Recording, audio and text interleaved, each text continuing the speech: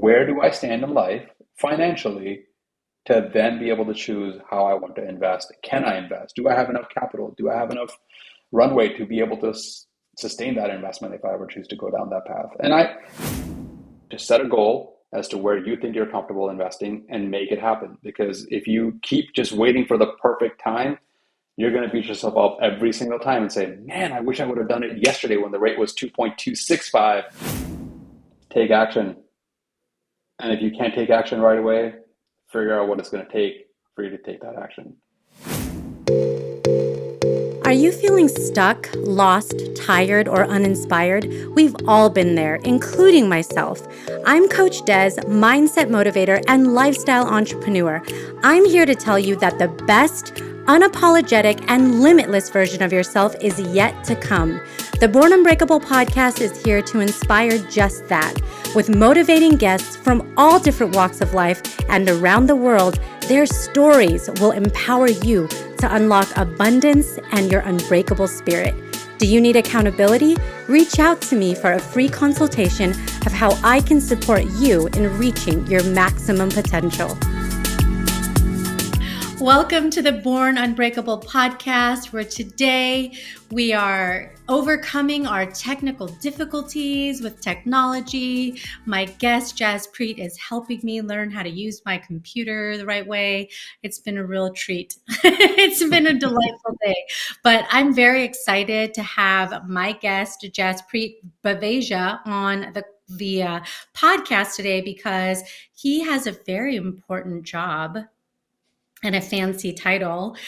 He's the director of fund strategies at Fairwinds Capital Investments, and he's learned a thing or two about investing over the years. And I think he could share actually quite a bit of knowledge that will be useful to anyone listening if you are out there saying, hey, how can I grow my capital? What are other investments that I can consider outside of perhaps what you may know that's commonly put out there into the world, like real estate or stocks or bonds or mutual funds? If you have a financial advisor, or maybe you have a connection through your work, there's a 401k, or kind of the traditional things, which I think there's nothing wrong with any of those. I think there's a lot of benefit, but with Jaspreet's background, talking about what he does, I think we can maybe expand the aperture a little bit today, which I love,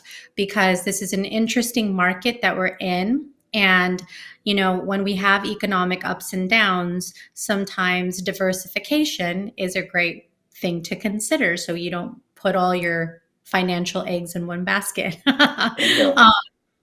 But before we get into the meat of things, Jaspreet, which I think everyone's going to be taking notes today, I'd love to just learn your personal story. I know you're in the Bay Area because we just talked about that. I'm from the Bay Area, hailing my 49ers gear today, and you're out there in Pleasant Hill. But tell us more about you. Well, I've got a wife and two kids. The kids are both in elementary school right now, both girls. And I've been in the Bay Area since 2010, so been here a dozen years. Wow, crazy. Wow, Yeah, long time. yeah. And before that, I was in Miami for about 10 plus years, but born and raised in India. So my ethnicity background is all born and raised in India, about 15 years, then New York, Miami, now here. And studied computer engineering from Penn State and decided, nope, not for me. So went and got a business administration degree with a focus in computer science and just started leveraging that into IT jobs slash, well, what I retired from in 2019 was a healthcare regulatory compliance consulting within the Kaiser Permanente world. And so I was working with the California regulators and helping Kaiser meet those requirements every time they changed, which was often. And I got into real estate investing actually back in 2017 while I was still employed at Kaiser, and changed my life, allowed me to retire in 2019. But there's a lot of things that have to happen to get to the point where you can just retire. It's not something, well, okay, fine. It was something I decided on a weekend, but a lot of stuff had to go right before that for me to say on a Thursday, babe, I think I'm done. And she goes, all right, let's think about it. Sunday afternoon, she said, all right, are you typing your letter yet? You're done tomorrow. All Let's right. do this. Yeah. I love that story. I love it. I mean, that was just a few years ago. Yep. And, you know, I think to me it reminds us that we're one decision away from our future, Hmm. right? There's one choice after a choice after a choice that could lead you down a path that you may not even realize at Hmm. the moment. And I think that's why it's so important for us to stay open to opportunities and not be complacent, because this is, we live in such a dynamic world. We have such an advantage to have Yep. opportunities around us, but we do have to seize them, right? So Exactly. what changed for you? So you obviously made some decisions to retire. What did Mhm. that look like? So essentially, when I was in the job, it was stressful and eating up days, nights, sometimes weekends, because when you're in that consulting space, even if you're an employee consulting for that company, the consulting world is very hard. There's a lot of people have to travel a lot. Fortunately, I didn't have to do that, but still have to give days, nights, and weekends up. And I just wanted my young kids to know who I was and be able to spend time with them. And that's what I did. When I retired, I dedicated myself to be the chauffeur. So every morning, all the brushes are on me, all the getting them ready to the school, back from school, to their classes. I was doing 11 classes a week between my two kids at one point. And so extracurriculars. And then, of course, the whole nighttime routines were on me. And I loved it. So I still love it. I still do it. And that to me is way better time Details, spent. like what hairdos are you going to do today, Dad? Like what's going on? I love it. Exactly. I do. I mean, and so I have to ask you, because here's the thing. People hear the word investment, growing your portfolio, and all this stuff, and if you're, like, people think I'm not a finance person. Yep. I know a little bit about a little bit. What are some of the things that you can break down today to help people think maybe about investing differently, to not make it such a scary, dark place that is complicated, where you can actually get started to understand some different options that you have. Maybe you have a little bit of capital, but you want to Mhm. grow that into something more. I think people need to understand and identify what is their risk appetite.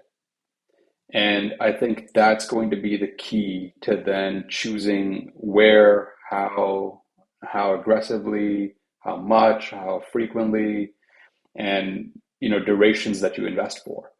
If you are a truly risk adverse person who says, all I want to do is put my money in the treasury notes and earn a very little to almost negative interest rate, but I know that this is never going to lose me money ever in my life, and that's the kind of person I am, that I cannot take the risk of losing a single penny in my life ever, and I want to still quote unquote invest, then maybe those treasury bonds are the way to go, right? You say, I'm going to put it in a 10-year treasury bond, T-bills, put the money away, lock it up, good forever. I'm never going to lose money, and I know it's always going to come back if I need it. Now, whether you will end up losing money, quote unquote, because the inflation went up way past what your return rate was, so your buying power is going down faster than you're earning dividends or returns, and you're okay with that risk, great, that's the way to go.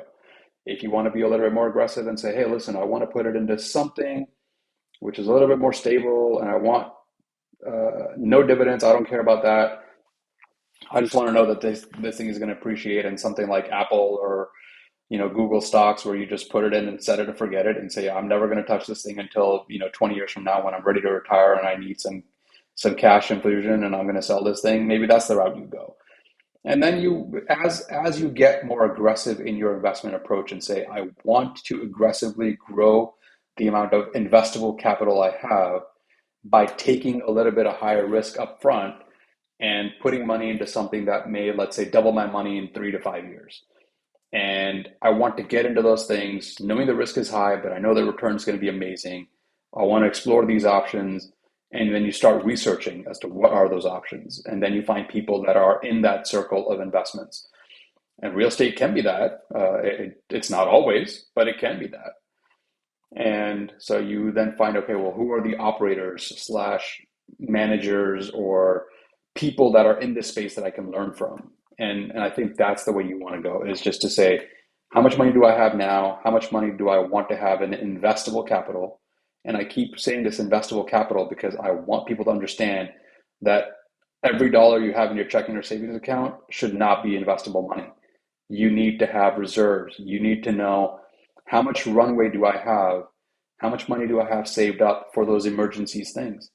Because if your car breaks down, God forbid, a tire blows out, AC goes out and you own your home, or your roof gets a leak, or a hailstorm hits it and you have to file an insurance claim, do you have enough money to be able to support not just your monthly sustainable bills, but those emergency things that may come up? Because even if you have insurance, you have deductibles, Yeah. right? And Darn. so you got to save up enough money to say, can I cover that up for at least 3, 6, 9, 12, whatever your comfort zone is? To say, I need to have at least a few months of runway to say, God forbid I lose my job, my wife loses her job, whatever happens, income source goes away, market has a turmoil, stocks go down, your portfolio is now lower, even if you sell it, you're losing money. Do I have enough cash reserves to sustain my living, standard of living, for X amount of months, and the rest I can now play with? So, right, you want to identify that investable money, and then you say, okay, well, how do I grow this? How do I put this where I feel comfortable? I know who the person I'm investing money with is, or the company that I'm investing money with is. I know how I can get it back. I know how long I want to put it in there, or what the moment I hit this return rate, or the moment it grows to this amount, I want to be able to take it out, right? Like, just mentally have a plan as to what is your desired end result, what's your risk appetite, and then identify a good strategy or investment vehicle that will help you achieve that. Yeah. I think it's so practical. And you say that, yet that task of budgeting is not always pervasive, right, across people. It's a, not as structured as it could be. And I think it's such an important starting point. If you, in order to get to where you want to be, you have to know where you actually are. Yep. So you That's have to, exactly what I did. right. Yeah. So that, like I said, that weekend that I decided to quit my job, on Hmm. Thursday, I said, Dave, I think I'm not happy anymore. I'm not loving my management style. Like, the people that are above me, I'm not really loving their management style. I'm not loving the work I'm doing. Can I actually quit? And she said, well, let's figure it out.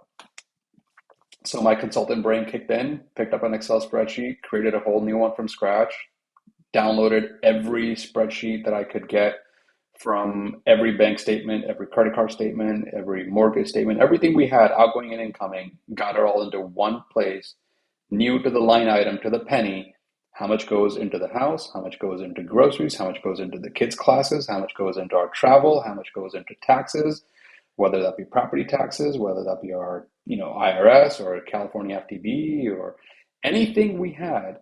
Every outgoing penny and every incoming income source was documented. We knew what our savings rate was today, and could we sustain living with that. And within 2 business days, or well, within 2 days, we said, yep, we understand it. We got it all down pat. We can make this work. Quit. Yeah. And Sunday evening, I was drafting my letter, and Monday I submitted it. Yeah. I So, mean, that's vital, down to the penny. And I think that exercise is a critical one. If anyone's listening and you haven't done that, that's a great place to start today. Let's yeah. start with the basics and the foundation before you get to this level of sophistication where you can't have excess if you haven't figured out how to take care of the basics. And Mhm. once you can do that, everything is in steps. you can't jump to college until you've finished high school and so on and so forth. So I Yeah. think that's such a critical task that can't be overlooked. Um, That's one thing okay. about investments is to get a handle of where you are. Just like you said, you can't get to where you want to be without knowing where you are. And I think this step of just being able to do enough research into your own finances to have that spreadsheet or anything, any tool that works for you. There's enough software out there, I'm sure, on iOS and Android or Macs or Windows that allows you to do this way more easily, or even mint.com, right? I mean, there's enough tools out there that you can connect your banks to. It will do all that work for you and tell you, are you doing good, bad, you need to do better, whatever it is. Yeah. Do whatever tool you can find. Just use it to get a handle of where you are today and understand. My assumption is I earn X much more than I spend. Well, let the reality kick in. Do that just you don't even have to do soul searching. This is just a This is all the why not data is right there. an emotional exercise, although you might get emotional after you Yeah, see the exactly. You will get information, emotional. Yeah, but right? But it's just a fact finding it's a mission to say where do I stand in life financially to then be able to choose how I want to invest. Can I invest? Do I have enough capital? Do I have enough runway to be able to sustain that investment if I ever choose to go down that path? And I don't care if people choose real estate, syndications, buying a home, flipping homes, wholesaling, whatever strategy you choose. Just understand where you are, how much you can play with, and what your risk appetite is before you get started. Yeah, that's good because I do, I want to acknowledge that everybody is different. Everybody is different, and that is not something that even if you call up a financial advisor, maybe you have a financial advisor friend, they're not going to dictate to you how aggressive you should be. Mm-hmm. Everyone's comfort level is different, Yep. and you really that is a little bit of a self reflection, soul searching thing is.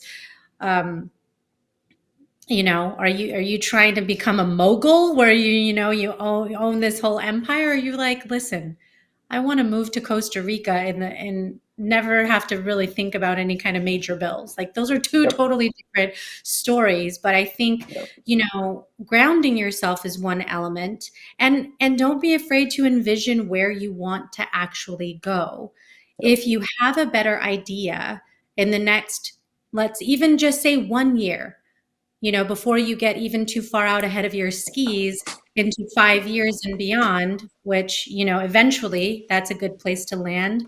You know, even that exercise of 12 months from now, I want to be X in my finances, pay off this debt, save up enough money for this, be able to create a level of income that I can invest. Therefore, I need to change my spending or whatever it is. But if you Mm-hmm. don't understand where you are and you don't have a goal, then it's going to be very difficult to figure out what makes sense for you from an investment standpoint. Yep. So I think that's a big part of it. Okay, so let's just say hypothetically that somebody is at the point where they've done what we've talked about. They've budgeted, they understand their money situation, and they do have some capital to invest. Mm-hmm. In your experience, well, and maybe we could start too with it because I know it's a vast world out there. Um, at Fairwinds, what are some of the strategies that you often talk to people about when they say, "Hey, I'm really ready. This is what I've got going on. Talk to me about what I can do." I think once you've decided you want to invest money and you've got a certain amount of capital saved up, the different types of strategies we have at Fair Winds they're all real estate related because that's what we are as a commercial real estate investment uh, company. And so all of our investments are tied to real estate in some way. Now, whether that be we've lent money to a real estate person to do their work and they're going to pay us interest, or whether that's us buying apartment complexes in the 100 to 200 unit range across a couple of different states that we like to target, or whether that's we just bought a hotel in Houston, we're going to convert it into a multifamily building and working with developers who've done this for a long time and have done many of these projects. And each of those strategies will have a different result. Something will be more cash flow based, where, hey, listen, our investors are hungry for that monthly cash flow check, and that's their primary goal. And they're okay with lower returns, but they want to see monthly cash flow versus, hey, the investors that we have in this investment strategy are more about, I don't want to see the money back for at least 3 to 5 years, but I want to see it grow at a consistent rate. Don't care about the monthly cash flow, but I want you to deliver a great final product. So when I do get my money back in 3 to 5 years, you've at least doubled it, right? And then there could be others who say, hey, listen, my main primary goal is taxes. I am a real estate professional status. I qualify to be able to generate as many negative tax returns as you can generate for me. I'm going to use them to bring my income down, my AGI, the adjusted gross income down for the IRS. That's my primary focus. So whatever the heaviest capex heavy project you have that's going to eat up all the money that you put into it and generate negative K1s, put me in there, sign me up. I want to put 1 million in each of them. And right, so it's all about the individual strategy. And so we try to be able to cater to as many needs as possible. We like to work with as many unaccredited investors and accredited investors. These are all IRS defined terms. So, anybody can Google up the word accredited investor and what it means to be that. And so we like to be able to offer as many options as possible to our investor base. Yeah, I do think that's awesome because, personally, when I started investing in real estate, it was a decision point of pick a lane. And it's not to say you can't change the lane, because Hmm. there's investors that are extremely sophisticated and do just about everything that is possible. My strategy, which I've shifted a little bit because I started with long-term rental and I'm shifting to short-term rental, and and that kind of thing, and just did a 1031 exchange, is like is my thing is basically taking an investment, growing it, reinvesting, and yes, doing things with my business where I can gain equity, pay, to have a better satisfactory tax situation. And part of that, comes from uh, living in a place like California originally. You are thinking about what you can do about your tax situation, Yeah, but I think arguably everyone is, even if you live exactly. live anywhere else that maybe doesn't have as big of a tax issue. But I think so. That was my strategy. That's what worked for me. That's what seemed Yep. to make sense. I like that. I took classes on stocks, and I thought the day trading thing was a little too time intensive for me. I'm like, Yep. it's awesome. I think it's super cool that you can make money fast. It's a little bit to me like gambling, and I'm not much of a gambler. So 100%. me, that just wasn't my thing. But I know that there's people that are fantastic at it. So Yep. I do think it is another one of those things where you have to sort of decide where you're going to take your leap, and see how that and to some degree see how that plays out, so Yep. you can have an opinion. Exactly. And I think finding the right people to help you in that space is the way to go. You want to talk to people, go to meetups, attend Zoom meetings online now that are, most of them are still online, or get onto forums like Bigger Pockets or for real estate, or other forums for other real estates. Let's say if it's Wall Street Rebels on Reddit, that's the thread you want to follow, and go into that day trading and shorting, and like the GameStop short there was, and you want to get into those high risk, high return scenarios, right? But just find a place where you can talk to like-minded individuals who hopefully have more experience than you do, have a sense of how to manage risk within that high risk situation, and can help you achieve that goal faster if that is the lane you want to go with. Yeah, yeah. I love the fact that you're bringing up community. You Yep. know, for me, Bigger Pockets, it was one of my first choices, just because the resources, for anybody listening who is like, "Ooh, this sounds kind of interesting." Hmm. Bigger Pockets is a real estate community for everyone, from if you are an investor to a contractor to a real estate agent to someone who is just trying to learn a little bit more about that realm. So you can get on there, and if you do, for a fee, you can be a member and have access to different more information, and actually tools like Hmm. calculators where you can calculate. Let's say you want to flip. You can calculate, if you have a flip, what are some different inputs that would help you understand what your return would be. If you're a Yep. buy and hold person, so they have a bunch of tools. But, I do think that one of the advantages we have today is access. Data. access Yep. access to information. While it's overwhelming, because I realize it can maybe feel daunting at first, Yep. just like anything else that you care about, do your due diligence. You will find, this with through the power of Google, and sometimes it's a power of a phone call that you Yep. make to somebody, like you said, that has insights that can get you started, Yep. right? That can get Yep. so I'm curious for you, because you mentioned 2017, you started getting into investment. What was your path for getting more involved before So you one of started my, full time? yeah, I think so. Originally, I don't know, like most people that I've spoken to, they had a primary home. They wanted to buy a different one. Their family was growing, and so they went ahead and put it on rent before they sold it, moved into the new house, had tenants.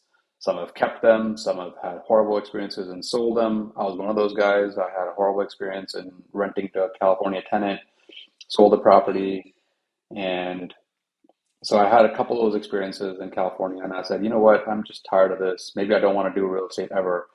And luckily enough, one of my best friends in the Bay Area who I had worked with in the past, so an ex-colleague of mine, said, listen, maybe you want to invest out of California, that where it's a little bit more landlord friendly, less tenant friendly, and you have legitimate reasons why you can get someone out of your home, like not paying rent for 6.5 months should never be a situation you're ever in. But California, that's normal.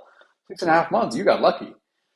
So it was one of those things where I had a peer of mine say, "Listen, let's get you into real estate in Indianapolis."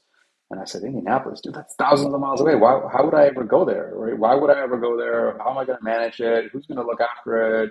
How am I going to know is it good or bad? Ugly shootings, criminal activity? Who knows? Like, I don't know. I'm not going to keep track of all this stuff." Well, that's where you have property managers. Oh man, but they charge you an arm and a leg. I'm not going to make any money. What's the point?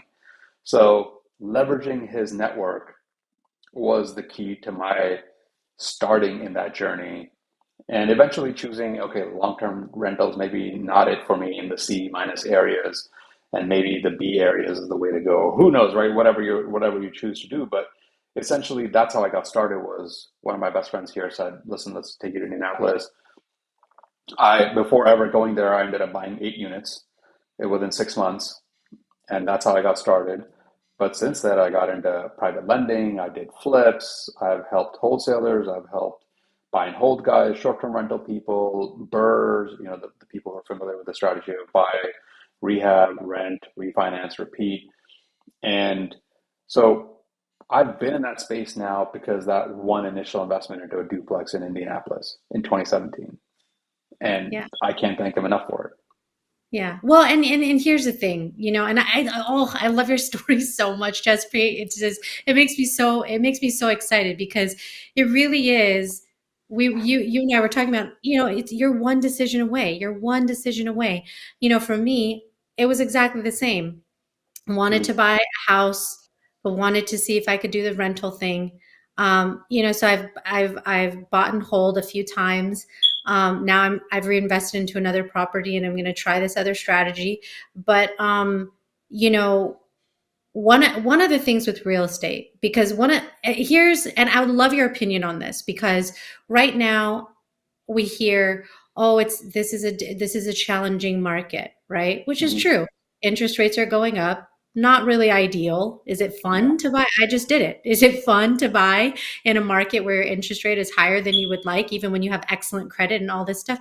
No, it's not fun. But is it sometimes the, part of the process? And if you stay in the game long enough, you understand that the market corrects itself, and Mhm. every, we see patterns. You start to understand patterns every 7 years, and of kind of Mhm. things. We had been on the upturn for so long.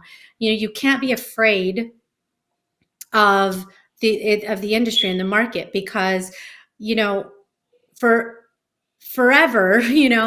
history has shown, particularly with real estate, that Right. values go up, they increase, and so therefore you're gaining equity, and Yep. equity is value that you're getting in your home as you're paying your debt down on it.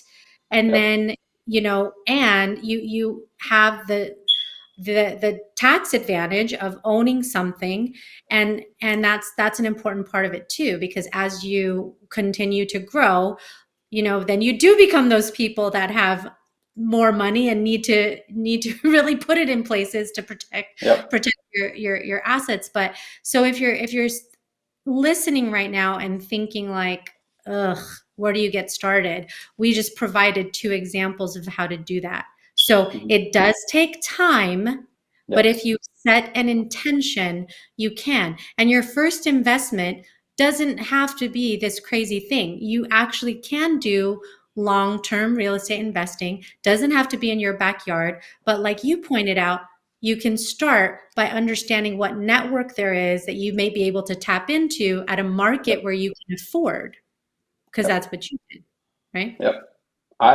I can tell people that are like, oh my God, I only have like $50,000 saved up forever and ever, and this is all I have to invest, and you think you're going to get me into real estate with 50K? I have helped people buy $17,000 houses that are renting for 600 bucks a month. These people are happy. They just put in 20 grand into a house, all cash, and they're generating 600 bucks a month. After expenses, even if they make 250, dude, that's 250 bucks a month in cash flow from a $20,000 investment, right? It's these things are feasible. You just have to look. You have to understand what the risks are with these investments. If these are C-class neighborhoods and your tenants are more likely to not pay or cause more damage than they do good, and you budget for that accordingly, leveraging one of those calculators you just mentioned on Bigger Pockets. Let's say you increase your budget for capital expenses or maintenance costs or any of that stuff, but your upfront investment is considerably lower because it's in an area which is not next to three Walmarts and 17 Starbucks in an A-class neighborhood. You can get in for cheaper and still get a good enough rent where it makes sense for you. But you have a team out there that manages everything. And so, yeah, to me, it's all about finding, like I said, understand what lane you want to be in, and then finding a market or finding, let's say if it's stocks or bonds or ETFs or mutual funds or whatever it is, finding that avenue where you're going to find success to match your risk appetite and your goals for investing, and then finding, if it's real estate, finding the market where it's going to work, finding an investment strategy that's going to be better. I don't care if it's rental arbitrage.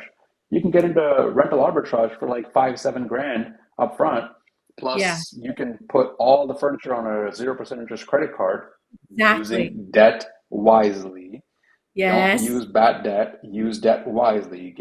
Sign up for a new Chase credit card that has 0% interest on purchases for 12 months. Great. You just buy $10,000 worth of furniture on that credit card Yep. and get an arbitrage started. But you have to Exactly. understand the data. Is the monthly income from that going to support the rent, the monthly payments you're putting towards your credit card, any utilities that are going to be going up? Because let's say if the regular long-term tenant was paying 110 bucks a month in rent, sorry, in utilities, now your short-term rental guys are going to use the AC more often, the heat more often, the water more often, shower longer, or turn on lights and TVs longer. So budget for those. Like every strategy, different things you have to account for and go forth and conquer. So it's Yeah. just because you have lesser money to invest doesn't mean you can't invest. You just have to find the strategy and then a market that can support that investment strategy. Yeah, I'm so glad that you mentioned that, because that I do think that is a misperception about Mm-hmm. investment, is that okay, well, I have to get $100,000 before I could do anything worth Mm-hmm. investing in. You know, you don't have to do that. And I do think there's rental arbitrage is very fascinating to me. I happen to decide to buy a property to do Mm-hmm. short-term rental, but with arbitrage, for anybody who's like, what the hell is an arbitrage? You basically, in the simplest terms, is you can go to a property management person or directly to an owner of a property and get their agreement to rent out their property. And once you have that agreement, then you have the option to do short-term rentals, you pay them the rent and you keep the excess Yep. from that rent. So, let's say the rent is $2,000, and through Airbnb or short-term rentals, VRBO, you make $2,500 or $3,000. You keep that 500 to $1,000.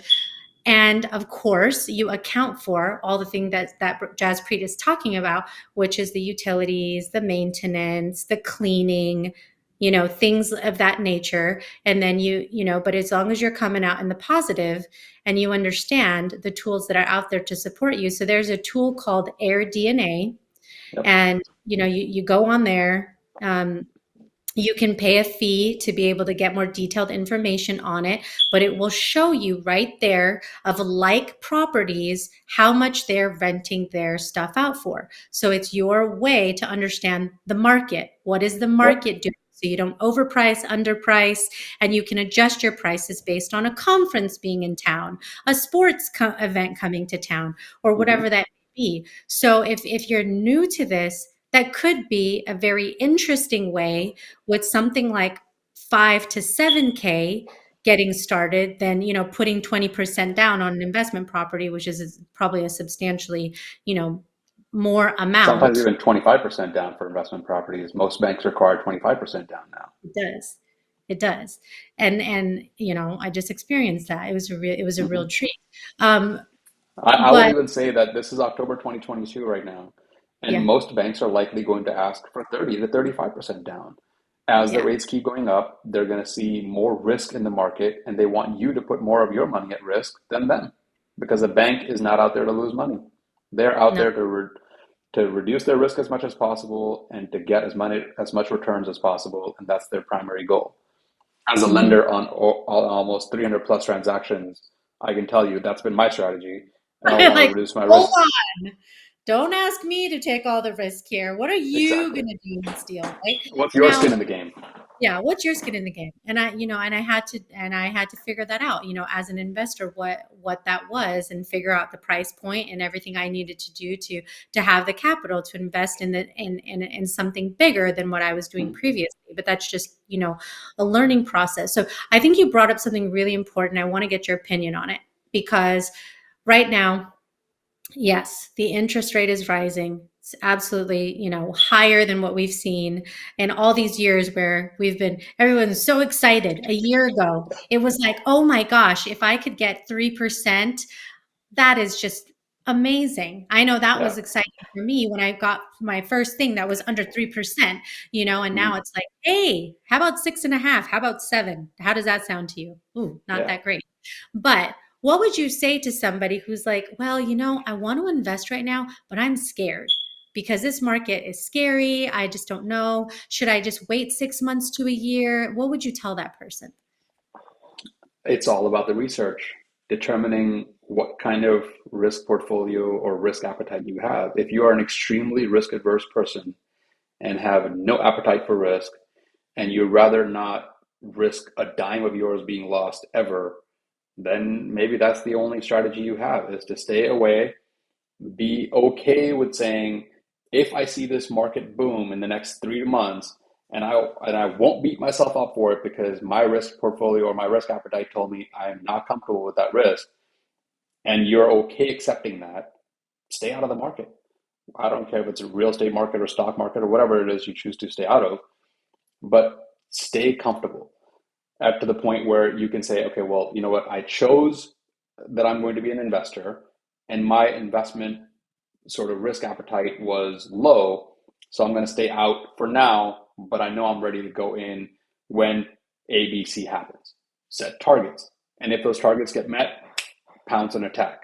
Don't keep waiting for this dropping knife, or don't keep waiting for something to keep going up, and don't get emotional. Set targets and say, okay, well, if the interest rate drops down to 6 again, and the prices in the market go down by at least 4.5%, whatever the numbers are, whatever your target ends up being, and you say, I'm going to invest, then just choose that and invest.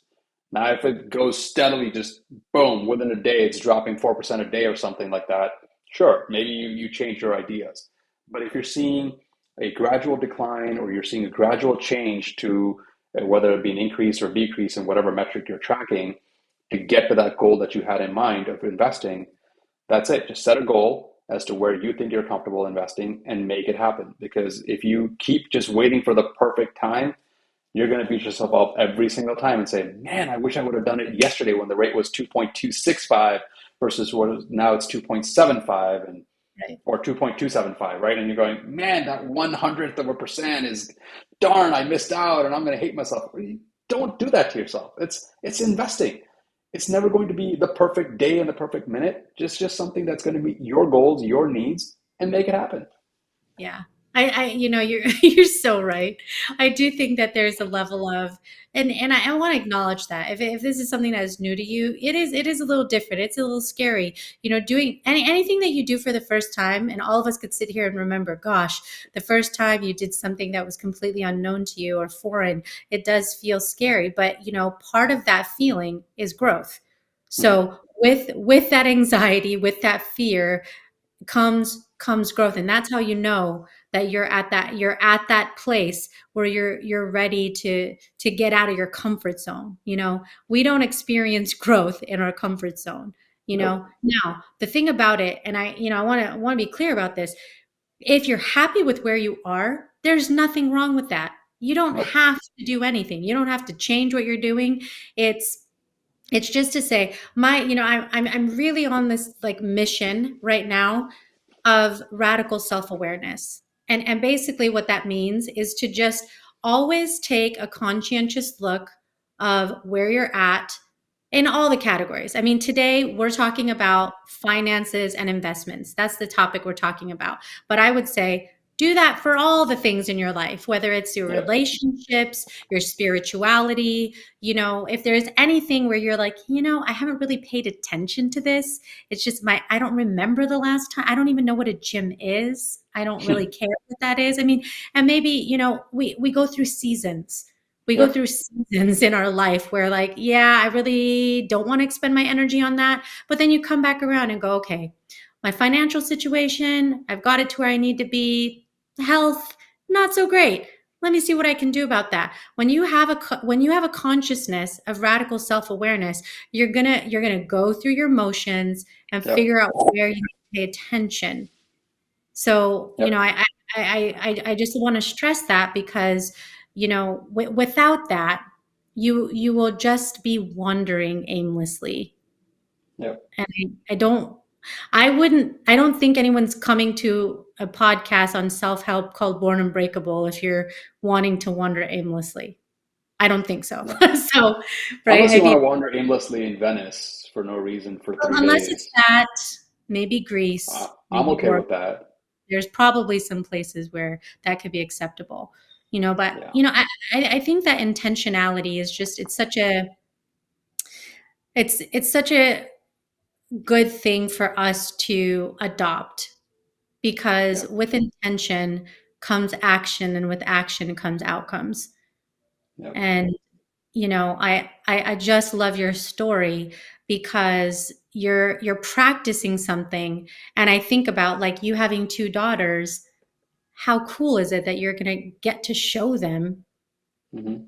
this, Yep. at a younger age? That, I think, for me, because I have an older sister, and she, is pretty good about things. Like, I I always was like, man, I wish I knew this sooner. I think we all do that. I wish I knew Yeah. some of this information sooner. Like, gosh, 10 years ago, 15, 20 years ago, I would have done Yeah. blah, blah, blah, blah. Like you said, don't beat yourself up, because you know now. Exactly. You know now. So if you know now, then you could do different things, with the information. So, I'm curious, what's next?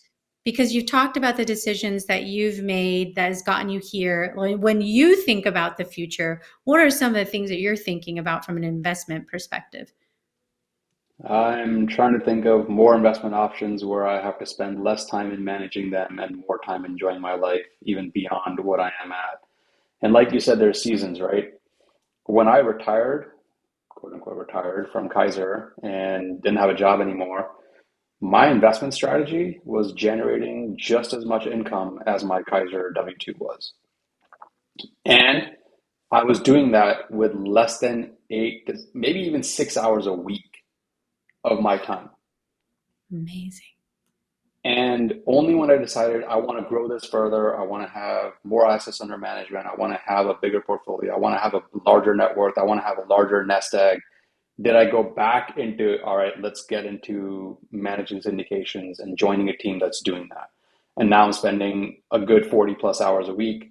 Again, but now it's dedicated You don't towards have growing to, our. but you want to. Well, I mean, now that I've chosen this path, I have to, right? Yeah. If that was my goal, is to then grow exponentially, then I have to dedicate more hours to that. Yeah. And even with all that, 2019, we traveled 9 countries. This year alone, we've done at least three in 3 different states. So you can imagine my girls, I mean, the oldest one is not even 10, and the younger one's just turned 7, and they've been to at least 13, if not 15 countries each, It's amazing. right? So that's the goal, is to then keep growing that number with the family together always. And so it's just like you said, the cycles, right? I have to then now get to that next goal of, all right, fine, I'm going to come back to 6 hours a week, but generate double the income that I was at before. And maybe I choose to do it all over again and spend another 40 hours a week for a few Yeah. years, get to that triple number and come back to 6 hours a week in my life, right? So it's just you choose to go certain directions, you change with the market, you change with the investment strategies you have, and just make sure you keep the next goal in mind, stay a little bit focused on what it's going to take to achieve that, and keep going. Yeah. I mean, that is the practical answer. What's your goal? Yep. Only you know that. And I do, I think that uh, I'm always a fan because, we're in the fourth quarter of the year, right? And it's going to go by fast because you factor in the holidays and everything else. Everyone's kind Hmm. of winding down. I, I think I've actually talked about this before, but most of the time at the end of the year, people do like a New Year's resolution of Hmm. some kind, which I think I think that could be valuable. I like to do goal setting. I think the process of goal setting is a bit more broad. I think you can hit a few different cylinders. That's not just the lose 10 pounds kind of 10 pounds, thing. right? Yeah, which is nothing wrong. I'd probably love to No. lose 10 pounds right now. That's great. But, I think beyond that, there's probably a little bit more meat that you could put on those bones. But that's something, to consider is maybe how might you consider this podcast as a one, start with the budgeting, which we mentioned earlier, but then also, think about broadly when you do goals, what does 2023 look like? Hmm. What might that be for you? And I think that's a good practical starting point, you know. Yep. And Um, I'll just say even one more thing to that is, when you're thinking of budgeting and you're thinking of, oh, my goal is to save X amount of money, or my goal is to do XYZ, sometimes it's just shifting your expenses. If your goal is to travel, but you've got two Mercedes and a Ferrari outside that are eating up every bit of income you've got, and you're just living paycheck to paycheck, but you're maintaining that lifestyle, but you're not getting to travel, but that was your primary goal, maybe selling that Ferrari is going to get you that income or money that you needed to travel instead. That could be, and I'm just saying a Ferrari and a Mercedes just for the heck of it. It could be an iPhone 14 Plus, Pro Plus that you're buying. You're standing in line at Apple and you're ready to buy that right now while you're listening to this on your Apple iPhone 12, and going, I need that 14 Pro Max right now. But maybe that 1,000, 1,200 bucks or whatever the dollar amount is better suited for spending it on a $400 ticket to Hawaii, where you've been wanting to go for 16 years and never been, and staying for 5 days and coming back, and it's going to cost you the same amount of money. So you're not reducing your expenses at all. But now you're just shifting the expense to say, now this is helping me achieve a goal that I've had for 16 years of wanting to go to Hawaii but never been. But delaying this iPhone purchase by 6 months or skipping this series entirely is going to help me get there. Or maybe I'll buy the 12 SE, I don't even know, 14 SE, whatever the number is, right? Something that is of a lower model still gets me what I need, but I still get to spend the remaining that I just saved into something that I wanted to do instead. So just shifting the mindset of you're not saving any money, you're still spending the same amount of money, it's just helping you achieve something beyond what you thought you were going to get. Yeah. Yeah. And that's prioritization. And Yep. there's different times when we prioritize different things. You know, what you prioritized before you maybe had kids are a little Mm-hmm. different than what you prioritize after you have kids. Or if you were in a relationship and then now you're single. I mean, there's all kinds of different circumstances that change that Yep. then dictate what direction you might go. And so, you have that permission. But if you take stock, then you'll have an idea. All goals are achievable if you set them practically and you take an action towards them on a daily basis. Yep. It's all about the behaviors that we exercise every day that get us closer to the thing that we're trying to achieve. And so it sounds simplified, but it is simplified. I Yeah, mean, I mean, in my mind. there's you can set up alerts on freaking Google Flights and say, well, that's my goal is to travel to this location within these months, and I'm just going to set a daily, alert that every time it drops to this amount, let me know I'm going to buy that ticket. Well, it's a simple task of setting up an alert, but it's now getting to your goal, Mhm. right? It didn't Yeah. take any money. It didn't take any effort besides going to a website and clicking two buttons. And now you got an alert and the email shows up whenever it's there. It's not something you have to think about on a daily basis. It's not something you have to follow up on. It just shows up in your alerts and you click the button. Now, whether that's a Roomba purchase or a Google flight or a real estate property or interest rates or a stock dropping to a certain price, whatever it is that you want to achieve, technology out there has gotten so advanced that it could probably help you do it. Mhm. If I can Yeah. turn on my lights and open my garage door from Japan Yeah. without having to do anything besides pushing a button because I leverage technology to do so, Yeah. there's enough technology out there to help you achieve your goal. And there's enough free tools to help you get there, including Mint or flight trackers or Honey something on, to track pricing on Amazon, whatever it is you want to do. Just Mhm. implement the tool that's going to help you get there and just get it done. Yeah. Mint.com is really cool. Yeah. Takes all your information, puts it in one place and spits out to you, how you spend and tracking all the things that you're that you want to track. And it is that fast today. You Google budgeting tool, Yep. Boom. hundreds. 118,000 show up. Exactly. And then all the preferred ones with the ads that paid to be at the top. I mean, it's and that's really, the thing I think about is that there really are no excuses anymore. I think about the way I grew up and like there wasn't Google and all that stuff. So you had to like Yeah. work a little harder to find stuff. But today, Newspapers all the time, periodicals, flipping yellow, through does anybody coupon books. do yellow pages? Do we do those anymore? I don't even know if we have yellow pages anymore. Um, but yeah, I mean, resourcefulness is a thing, having Flipping to Google coupons. That was a thing. coupon. Hey, I'm not a hater. That's cool. I'm down. I'm down. Coupons, Groupons, Hmm.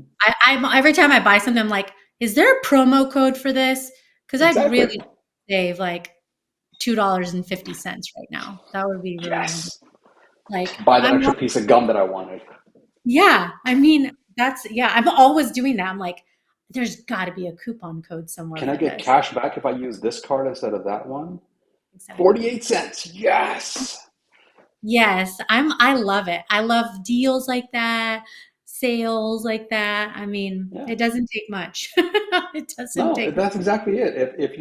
If the investment, it's all about the ROI. If the amount of effort you're putting in is worth the result that you get, the tools are out there. Yeah. So, Jaspreet, I want to end on a couple of questions that will help us get to know you a little more. So the first question that I have is, the title of my show is Born Unbreakable. So I really do believe that we are able to work through our adversities. So what makes you unbreakable? Oh man, I think my family support because, like I said, my wife showing up on a Thursday saying I'm ready to quit. I guarantee you, more often than not, the other spouse is going to say, "Are you crazy? Not End happening. this stupidity right now. There's no way it's happening." Yeah, But my wife said, "Let's figure out how."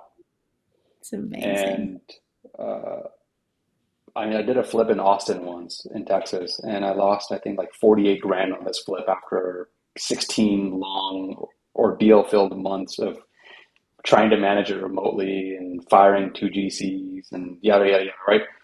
She's like, whatever, didn't you just make like 72 on the last one? We're good. Like, we're still in the positive, so we're fine. Yeah, actually, we are fine. Okay, you know what? This is, thanks, honey. Yeah. Or whether it's the kids showing up with hammers and whatever tools I need at the house because we were just fixing up our whole house, well, rebuilding our whole house from scratch, and the family's involved. We just stayed in a 400 square foot studio for 18 months, the four of Oh, us. that's exciting. 400 square feet. There's Yeah, no that sounds like a there's no show. bedrooms, Sounds like a show of some kind. Like that would be right? interesting. Huh, and some kind of interesting show to see what family life is like. It's basically like being in a tiny home. Yeah, exactly. Yeah. So, but they dealt with it. We saved a crap ton of money by doing the work that we did ourselves and taking as long as we did. But the family supported it. So I think, to me, having the support of your family from parents to spouse to kids and beyond is what makes me unbreakable because I know whatever challenge comes my way, they got my back and we're going to get through it. Yeah. That's incredible. That is really incredible. What is a self-limiting belief that you've had to overcome? Crap ton of them.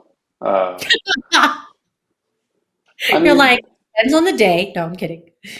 as an Asian person, your family, your parents are all about, okay, doctor, engineer, scientist, rocket scientist, whatever, right? Those are your only options, and that's all you're going to do, and nothing else. You're going to go to college, or, I went to Penn State, I got engineering degrees, I did all that stuff. And to think that I'm going to quit my job after I spent a decade basically in getting the education that I did to get to where I was, and then take another decade to build the rapport and the positions that I had attained and the job titles and everything that I had done to say I'm going to quit my job. That was a self-limiting factor for a while before I Yeah. could get myself to say I hate this enough to actually do this. Let's figure it out. Mhm. And if my wife would have said, I don't think so, I'm 90% sure I would have given up and said, all right, go back to my old self and we're good to go. Yeah. But So that's why that, those two things go together. You have the right support and yep, you've got your own tenacity and through that support to be able to work through those limits. I mean, yeah, that's a power combination for sure. exactly. Yeah. If you tell someone, oh, you're going to be living in a 400 square foot studio with your family of four through COVID with no active schools, no jobs, everybody staying at home 24 hours a day, 7 days a week, no doors to close, no rooms to go to, nothing, just it's one space, the kitchen, living room, dining room, sleeping, everything is in one space, right? That was, are you crazy? I've got enough money in the bank. I'll go rent a place. I'm good, right? But came over that without we're all happy together. Everybody still, That's loves a each other, test. and it's great. That is a good test. If you could survive, then you all get along. Now, Yeah. if So there's some it's bad just, ones. yeah, exactly. There's a lot of self-limited. There could be small ones to large ones, but it's all about just, I think if you make them vocal, you get some feedback, you find people who are in that community that can help you, Mhm. it's easier to overcome these things and get past them and really get into that growth space where you get out of your comfort zone and expand your horizons and can finally achieve those goals and dreams you had. Yeah. Okay, what about a superpower? What's something that you're really good at that you're proud of? Oh man, I'm gonna knock on my bamboo wood desk, but I think underwriting. So, uh, like I said, 300 plus lending transactions so far. Lot. No defaults, no foreclosures, no loss of principal, no loss of income or interest. That's pretty spectacular. I would say that's a talent if I could identify one. Yeah. That's a strong track record there. For sure that is a gift of yours. Okay, you have traveled a lot. You just mentioned that about your family. Mhm. So they may not necessarily be travel, but what is something on your bucket list? Uh, I think it's all travel related. My whole bucket list is travel related. I love it. I Oh. love it. Whether it be, so we've already done skydiving in Miami. My wife and I went. I even took my 63, 65-year-old parents with me. So all four of us jumped. Nice. I've done that twice now. We've done zip lining across mountains, like snow peaks in Canada. We've done snorkeling in Hawaii. We've done boat rides through like these massive caves that you can only get through boats in Portugal. We've done so. I mean, the experiences list is what I want to grow. So whether that's bungee jumping or whether that, I mean, I've flown a plane already, so check that off. Jumped out of a plane, check that off. Right. So there's a lot of things that I've luckily been able to fortunate enough to achieve already. But it's all about exploring more countries and more cultures and just keep expanding that horizon. Yeah, I think that's amazing. That's really where the experience is at. That's where you get those memories and, and I also think the importance of expanding your perspective is Yeah. what you get from travel, like, oh, there's something outside of the town that I live in. Oh, okay. Mhm. Um, Jaspreet, if there was one last piece of advice that you could give to anyone listening, what would it be? Take action. And if you can't take action right away, figure out what it's going to take for you to take that action. So build Yes. that baseline, figure out where you are at, and figure out what you need to achieve to be able to take that action that you've been thinking about taking. Absolutely. How can people find you if they're interested in asking you questions or getting more information about investments?